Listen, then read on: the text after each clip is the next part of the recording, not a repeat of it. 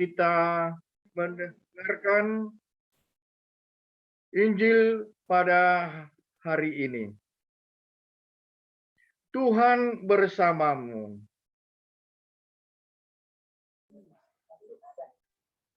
Sekali peristiwa, Yesus berkata kepada murid-muridnya, "Berbahagialah matamu karena telah melihat, berbahagialah telingamu karena telah mendengar. Sebab aku berkata kepadamu, banyak nabi dan orang benar ingin melihat apa yang kamu lihat, tetapi tidak melihatnya, dan ingin mendengar apa yang telah kamu dengar, tetapi tidak mendengarnya." Demikianlah sabda Tuhan. Pujilah Kristus. Saudara-saudari yang terkasih, saya dimintakan untuk membawa renungan untuk kita pada malam hari ini. Lalu saya bertanya, apa tema yang diharapkan? Lalu saya diminta untuk memilih. Supaya tidak saya yang memilih tema, dan supaya tidak kerahiman ilahi yang memilih tema, biarlah kalender liturgi pada hari ini memilih tema untuk kita. Maka dari Injil, temanya berbahagialah orang yang mendengar dan melihat Tuhan. Berketepatan dengan peringatan wajib Santo Yoakim dan Anna, yang merupakan figur orang tua, model dari keluarga orang tua Kristen. Siapakah Anna dan Yoakim? Menurut sejarah gereja, Anna dan Yoakim adalah orang tua kandung Santa Perawan Maria, Bunda Yesus, Putra Allah yang tunggal. Mereka berdua adalah keturunan dari Raja Daud yang setia menjalankan kewajiban agamanya. Anna dan Yoakim ikhlas mengasihi dan mengabdi Tuhan Allah dan sesama manusia. Mereka adalah orang Yahudi tulen yang layak di hadapan Allah. Tuhan Allah memilih dan menentukan mereka untuk terlibat dalam karya keselamatan Allah dengan melahirkan dan membesarkan Santa Perawan Maria. Maka apa kira-kira dalam peringatan wajib ini dipilihkan oleh gereja bacaan yang baru kita dengar tadi? Mungkin ada orang yang bertanya, mengapa Yesus mengatakan sesungguhnya banyak nabi dan orang benar ingin melihat apa yang kamu lihat, tetapi tidak melihatnya, dan ingin mendengar apa yang kamu dengar, tetapi tidak mendengarnya. Berbahagialah kamu yang mendengar dan melihat. Maka dalam hati kita bertanya, apakah orang yang hanya mendengar saja tidak bahagia? Hanya orang yang mendengar dan melihat sajakah maka orang berbahagia? Apa maksud ucapan Yesus ini kepada murid-muridnya dalam pengajarannya yang kita dengarkan dalam Injil tadi? Maka perlu kita mengetahui kira-kira apa konteks dari Injil hari ini? Tentu konteksnya ialah pembekalan, pembelajaran, menguatkan iman dari para murid. Maka Yesus mau mengatakan kepada para murid supaya tetap setia dan percaya kepadanya. Karena mereka telah mendengar tentang Yesus. Bukan hanya mendengar, tetapi melihat. Bahkan tinggal bersamanya.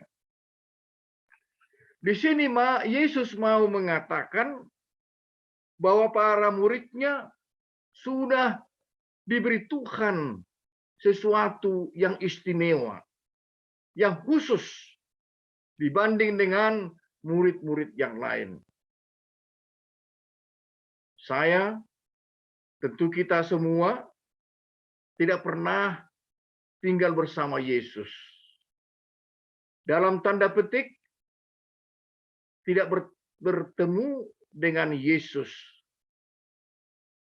Tidak mengetahui persis bagaimana Yesus itu. Wajahnya, raut mukanya, kita tak pernah bertemu. Tetapi para murid tahu sedetailnya, mengenal orangnya, kenal suaranya, tahu bagaimana kehidupan Yesus. Maka keterlaluanlah kalau para murid itu menolak Yesus, tidak percaya kepada Yesus. Karenanya Yesus mau mengatakan kepada murid-muridnya, ingat, kamu sudah bersama aku, mendengar pengajaranku. Kita telah berjumpa sekian lama. Maka berbahagialah kamu. Maka kebahagiaan itu mendorong kamu untuk percaya, setia, walaupun kadang menderita, kadang ditolak, penuh perjuangan dalam kehidupan. Percayalah, aku Allahmu. Berbahagia. Yesus mau mendorong para muridnya itu memegang keistimewaan. Para rasul itu yang istimewa. Maka perlu kita perhatikan, saudara-saudari yang terkasih, Yesus tidak mau mengatakan dalam Injil hari ini bahwa kalau tidak mendengar suara Tuhan secara langsung dan juga tidak melihatnya, maka tidak berbahagia.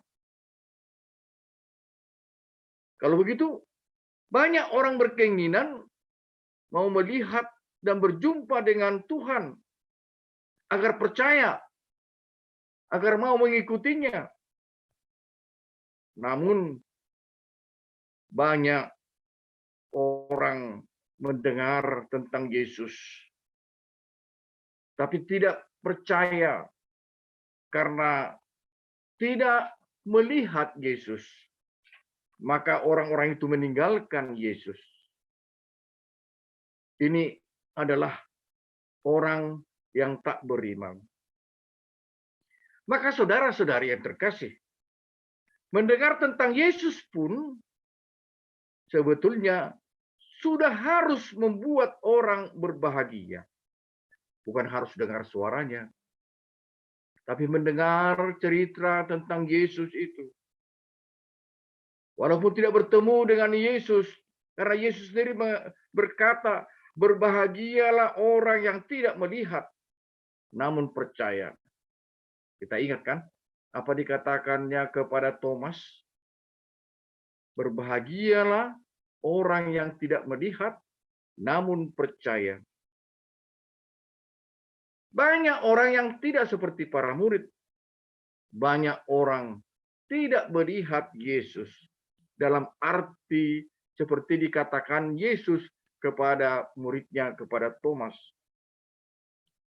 Dan kemudian setelah menguatkan para murid dengan berkata, kamu sudah jelas, tapi banyak lagi yang belum mendengar secara jelas, belum melihat secara langsung. Mungkin itu saya atau anggota kerahiman ilahi katedral atau siapa saja. Banyak kita tidak mendengarkan suara secara langsung Yesus berkata seperti yang dialami para murid. Namun kita pun berbahagia. Kita pun percaya melihat. Sebenarnya kalau kita dalam arti tertentu, dalam kehidupan kita sekarang, kita mendengar sebetulnya suara Yesus. Bahwa sering kita bertemu dengan Yesus. Lewat peristiwa, lewat tanda-tanda. Tetapi kita tidak melihatnya. Ingat apa yang dikatakan Yesus yang mengisahkan tentang pengadilan yang terakhir. Di mana aku melihat, kata orang, melihat Yesus tidak saya beri makan, tidak beri minum. Dalam saudaraku yang terkecil ini, kau harus dapat melihat. Maka saudara-saudari sebetulnya tidak ada alasan bagi kita semua mengatakan tidak mendengar, tidak melihat. Sebetulnya kita mendengar. Setiap saat boleh kita dengar dalam Injil. Bacaan liturgi harian. Kita bertemu dengan Yesus dalam saudara-saudari kita. Bahkan setiap orang adalah citra Allah. Maka bertemu dengan orang sebetulnya kita telah bertemu dengan Allah. Saudara-saudari yang terkasih,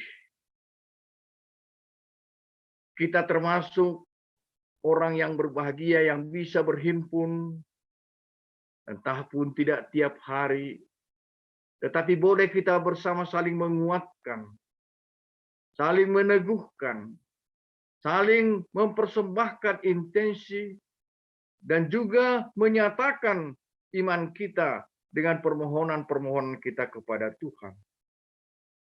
Maka kepada kita, Tuhan katakan, berbahagialah kamu, kita yang mendengar sabda Tuhan.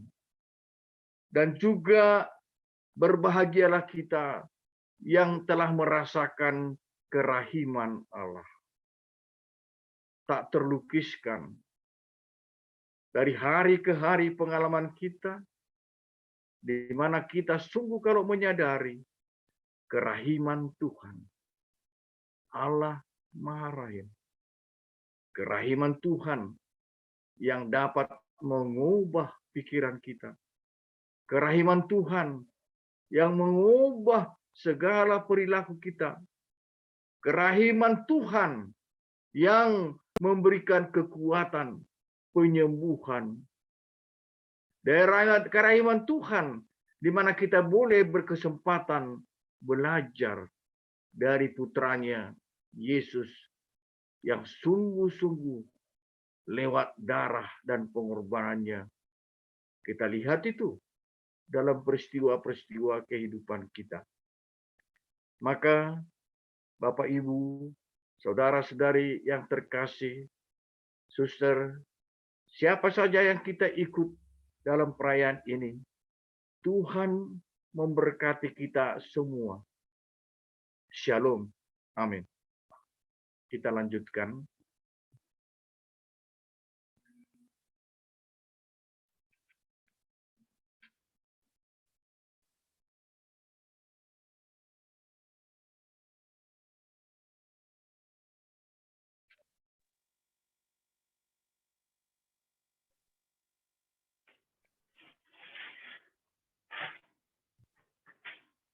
Halo, Pastor? Ya, Ya, sorry kita saya lanjutkan. tadi, ya, Hah? sorry tadi saya sempat terpental dari Zoom-nya. Lalu, Ya, udah masuk lagi. Baik, kita lanjutkan. Bagi Bapak Ibu atau suster yang mau bertanya terkait tema, kami persilakan bisa langsung. Atau mungkin ada yang mau menanggapi dari yang Pastor Albert berikan renungan pada malam hari ini, kami persilakan.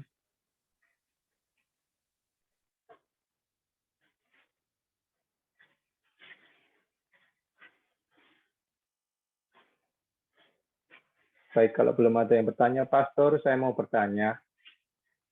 Pastor, tadi yang diceritakan dari Pastor kan, ketika kita melihat sesama kita kan, kita sudah melihat Tuhan ya.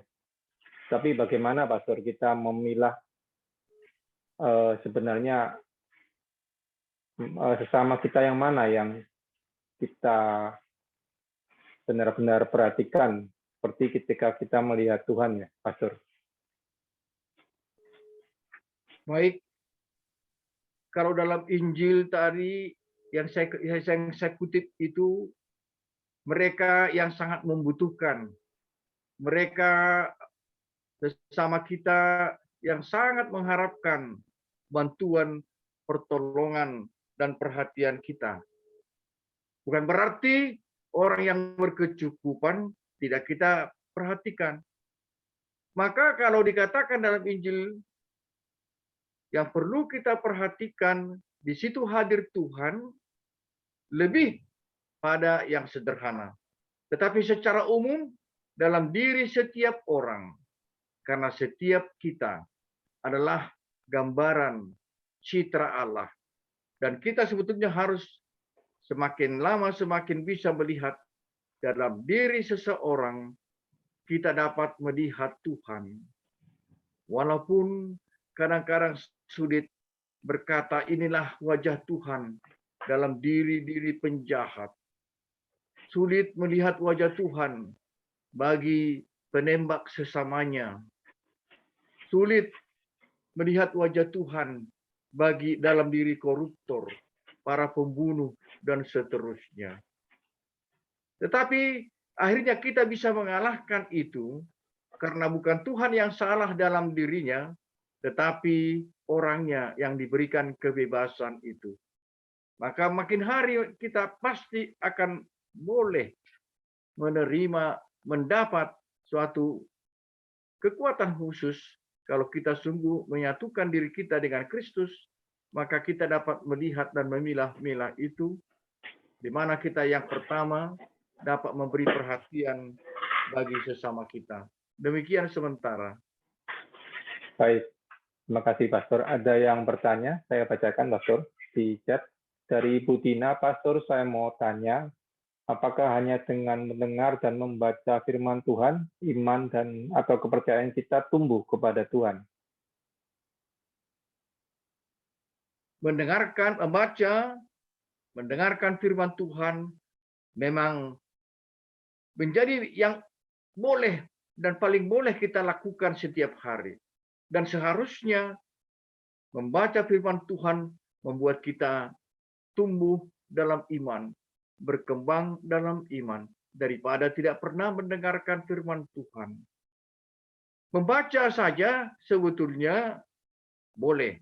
Tetapi setelah membaca, baiklah apa yang dikatakan oleh Tuhan bagi kita dalam diri kita, maka perlu setelah membaca, kita mendengarkan apa yang dikatakan Tuhan lewat kutipan-kutipan bacaan Injil yang kita baca hari-hari itu. Oke? Baik, semoga menjawab yang ditanyakan Ibu Tina. Silakan bila ada yang mau bertanya lagi.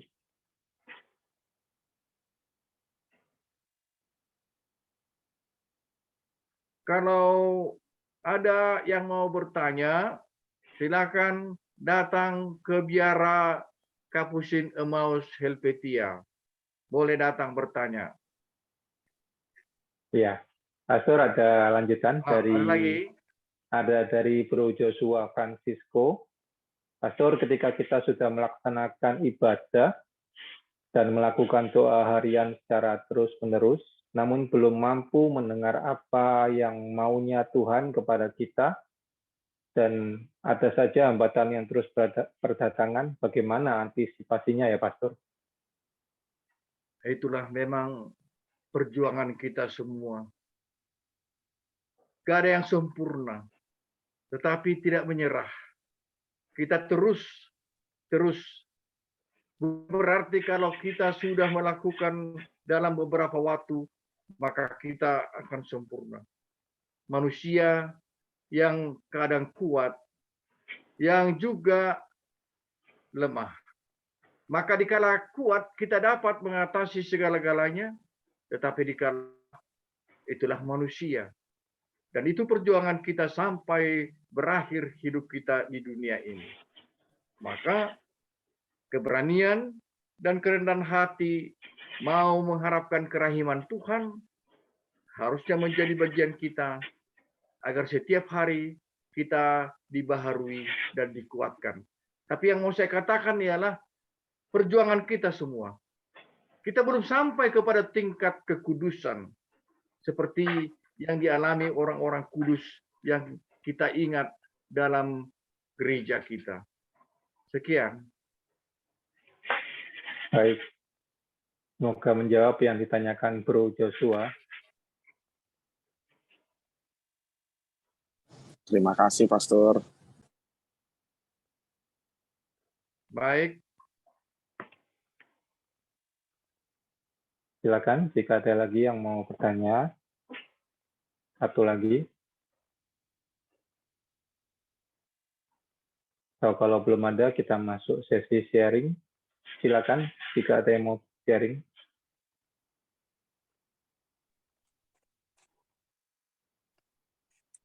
Terima kasih Pak Heru.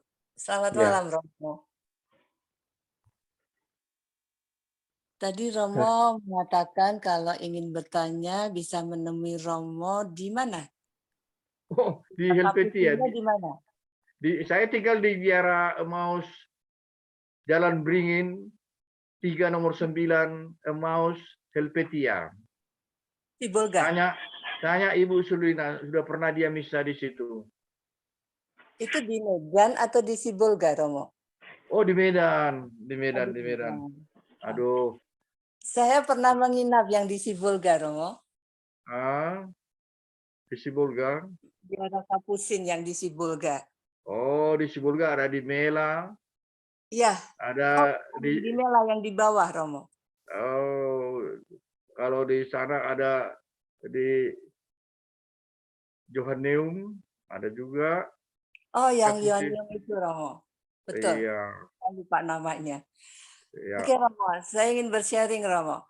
Iya. Tadi Romo mengatakan kita itu sudah bersama Yesus, ya. Sudah mendengar apa yang disabdakan Yesus.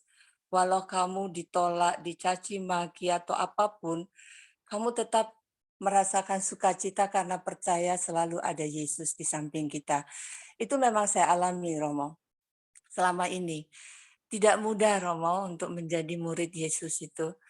Suatu saat, Romo, dari pihak Canisius, toko buku yang ada di Jogja, itu kan yang mencetak semua buku kebanyakan, dan antara lain buku harian Santa Faustina. Setiap kali ada pengumuman harga lebih murah dibanding harga di toko, itu masuk ke WA saya dengan kata-kata seperti ini, Ibu Emma minta tolong ya ditawarkan kepada teman-teman, hari ini ada diskon sekian persen. Saya tidak pernah bilang tidak mau dan tidak bisa. Saya mengatakan, oke, saya coba menawarkan. Kemarin bulan Juni itu ada diskon yang cukup besar, Romo.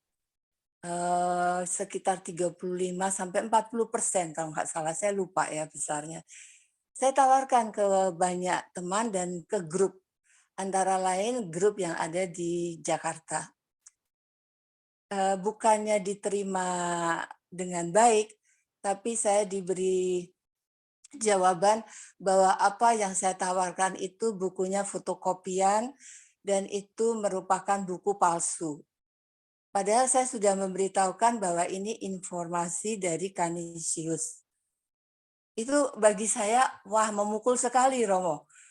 Yang selama ini saya tidak pernah menjual yang palsu atau saya mencoba untuk mengopi atau bagaimana. Karena itu kan bukan tugas saya gitu ya. Dengan kata-kata seperti itu, Romo, yang tadinya saya diundang dalam grup, saya dikeluarkan. Wah, itu bagi saya, ya luar biasa lah itu. Saya baru dikenal sama mereka, saya diundang, terus setelah beberapa lama saya bergaul sama mereka, akhirnya saya dikeluarkan hanya gara-gara menawarkan buku dari Canisius. Bagi saya memang itu tidak mudah langsung saya bisa, saya ampuni, tidak. Saya bawa dalam doa dulu, Romo. Apakah memang ini harus saya alami? Dan apa yang harus saya perbuat? Dalam doa itu Yesus menjawab, tenanglah, kalian yang menghina, kamu pasti akan saya yang menangani. Maksudnya Yesus sendiri yang akan menanganinya, bukan dari pihak saya. Itu yang saya rasakan, Romo. Jadi setelah saya berdoa, saya merasa dikuatkan oleh Yesus. Saya merasa selalu ada Yesus di samping saya. Terima kasih, Romo. Terima kasih. Ya, terima kasih sharing dari Ibu Emma di Lembang. Ada lagi yang mau sharing iman? Satu lagi.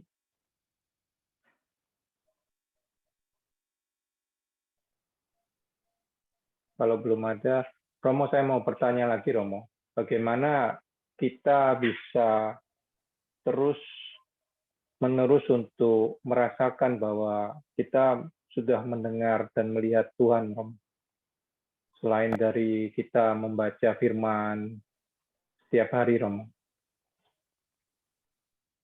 Sesuatu hal yang perlu diperhatikan, kesadaran tiap hari kita, di mana kita sejak bangun sudah menyadari bahwa kita sungguh-sungguh bersama Tuhan dan siap mendengarkan Tuhan. Kesadaran yang terus-menerus ini membuat kita dapat mendengarkan dan berjumpa dengan Tuhan. Kadang-kadang kesibukan membuat kita hilang kontak. Kalau boleh kita pakai istilah hilang kontak dengan Tuhan.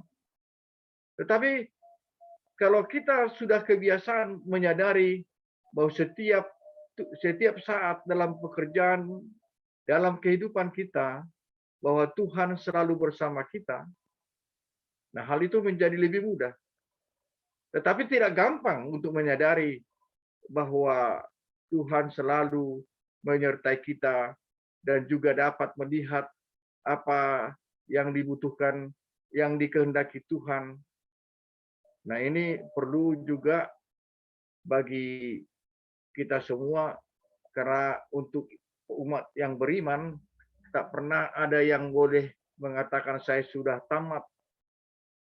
Saya sudah oke lah, tidak perlu lagi menambah kekuatan dan tidak perlu lagi memohonkan berkat dan kerahiman Tuhan. Kira-kira seperti itulah yang mau saya kemukakan, yang dari hari ke hari mencoba, gagal, berhasil, tetapi jangan putus asa. Baik. Baik, terima kasih.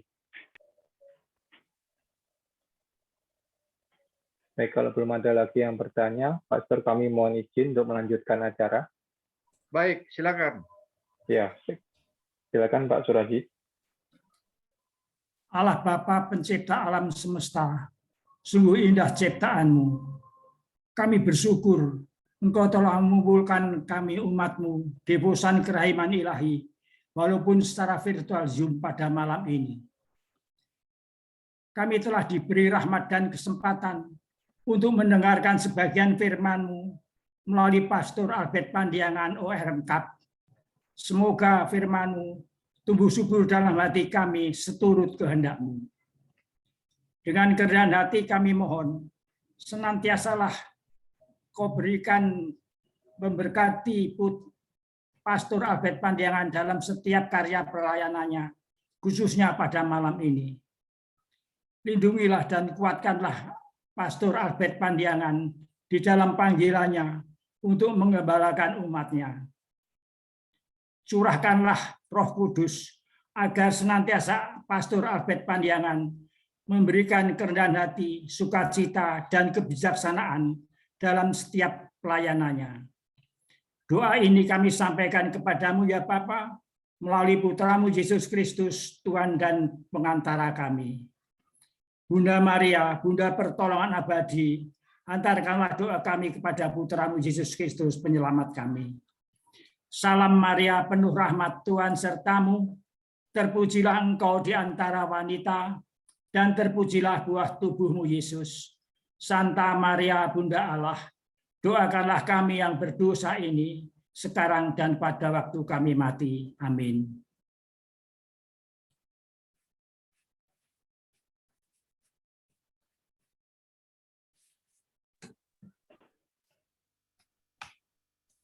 Silakan Bu Veronica.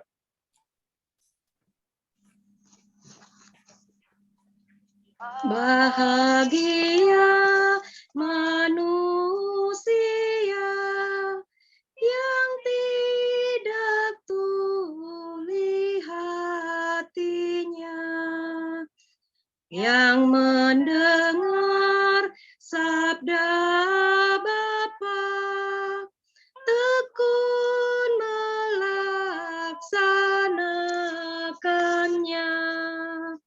Sabda Tuhan penuh daya, yang tersesat dipanggilnya, disembuhkannya yang luka, yang mati dihidupkannya.